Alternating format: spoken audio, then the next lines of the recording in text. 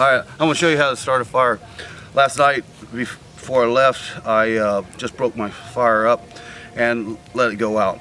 And what you want to do first is clean all the good stuff out of there.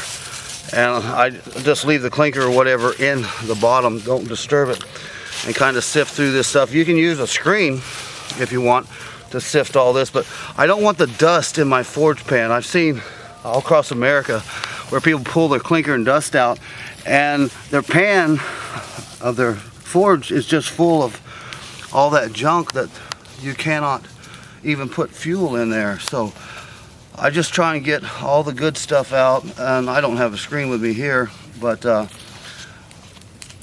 after I do that, I'm gonna rough it up just a little bit without disturbing the clinker and get whatever's on the sides. I'll do my breaker and then I'll get my clinker. This coal is really good. It doesn't have much clinker. This is from about a half a day yesterday of work, and that's about all the clinker in there. Yeah, but that's the clinker from this fuel, and then just get the rest of the whatever. Send the rest down the clinker breaker. You know, this is a clinker breaker. This is a Roger Lawrence fire pot, one of the best in this country, or the best I've seen. And get ready to start a fire. I'm going to start with kindling. You know, I also like to save the coke, not for starting a fire, but for using the forge with.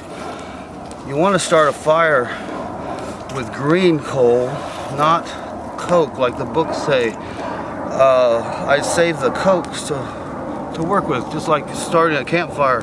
You don't start it with charcoal, you start with kindling, and then you use larger sticks, and then you make charcoal.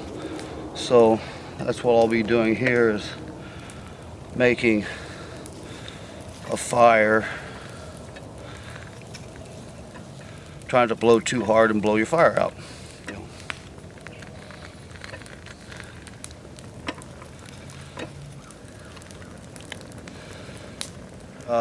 Fanning the fire.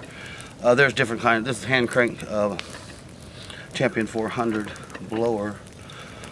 There's all kinds of different blowers to be used. Electric, you know, bellows, whatever.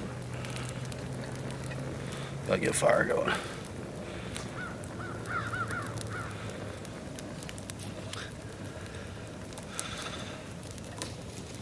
I was pretty shocked when I first got around Blacksmith and saw them light fires, because, you know, like I've seen a lot of books and videos that say to start with coke. Well, that doesn't make a lot of sense, because it's harder to ignite for one thing, and that's what you want to be making to forge with. So, and the green fuel, the green coal, is what they call it, has volatiles that will ignite faster, and that's also what creates all the smoke. So basically, I'm just going to get a fire, and I'll start putting some green coal around the edges. You don't want to cover it up. That's another thing I've seen people just cover it up and then walk away. And if you don't have a flue, like a lot of places like in California and other places I've seen, it creates a lot of smoke in the shop where you can't even be in there.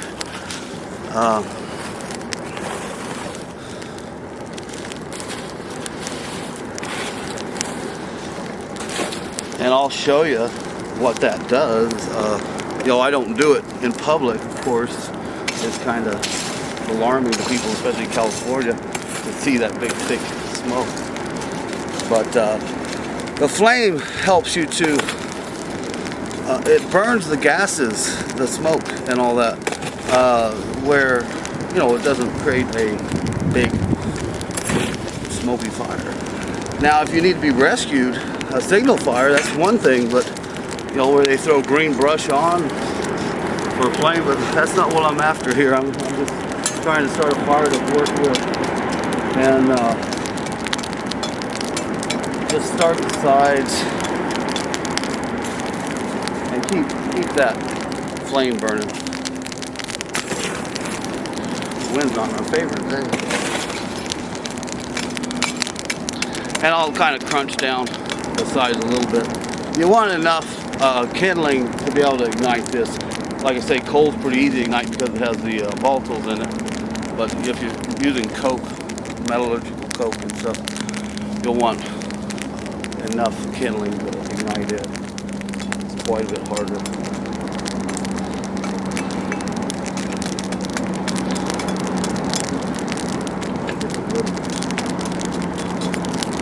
And yeah, I'm going to create a coke bed. You know, if I was going to do some big, like a hammer or something like that, that's why I'd want this big coke over here, this hard coke from yesterday. And I'd be adding that to my bed also as I forge. I'm going to go ahead and do what you don't want to do, just to show you. You know, if you've never seen this before, this creates quite a bit of thick, heavy smoke if you cover it up with green fuel. And you don't want that. So if you ever do that, but you should not, poke a hole in it so that it'll burn the gases. You know. And yeah, it'll take a little while to get this going, but that's how to start a fire. And what not to do too. So.